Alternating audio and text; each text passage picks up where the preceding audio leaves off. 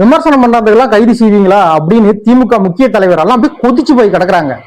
என்னடான்னு பார்த்தா விளாத்திக்குளம் எம்எல்ஏ மார்க்கண்டாயின்னு முதலமைச்சர் அவர்களை அவதூறா பேசிக்கிறாரு. அவதூறா மட்டும் இல்ல, அவர் விட்டது கொலை மிரட்டல்.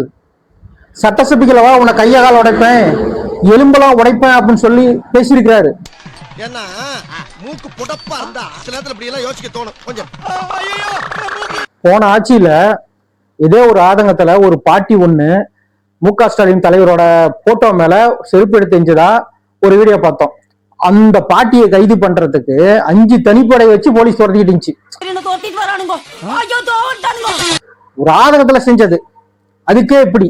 ஆனா இந்த ஆட்சியில எம்எல்ஏ அவரை விட்டது கொலை மிரட்டல். இது கைது பண்ண மாட்டாங்களா? உங்களுக்கு வந்தா ரத்தம், உங்களுக்கு வந்தா தக்காளி சட்னியா? உங்களுக்கு விளக்கம் சொல்லி ஏற ஓஞ்சிரும் போல இருக்க. உடனே நியூஸ் மீடியாக்காரங்க அத்தனை பேரும் கொந்தளிக்க ஆரம்பிச்சுட்டாங்க. விமர்சனம் பண்றது கைதா, அடக்குமுறை ஒடுக்குமுறை அப்படின்னு. இந்த மொத்த நியூஸ் மீடியால இருக்கிற அந்த ஆங்கருங்க, இந்த விஜயன் ஒருத்தர் தாயக ஆட்சி கவிழ்க்கணும்னு பேரம் பேசி இருக்கிறார். விஜயனை காவல்துறையினர் அலைக்கழித்ததற்கு அரசியல் கட்சி தலைவர்களும் பத்திரிகையாளர் சங்கங்களும் கடும் கண்டனத்தை தெரிவித்துள்ளன. இது சாதாரண விஷயம் கிடையாது. அப்புறம் எந்த நியூஸ்காரங்களும் உங்களை எல்லாம் மதிப்பாங்க? மொத்த நியூஸ் மீடியாவும் மக்களை புறக்கணிச்சு இருக்கிறாங்க. இது உண்மை.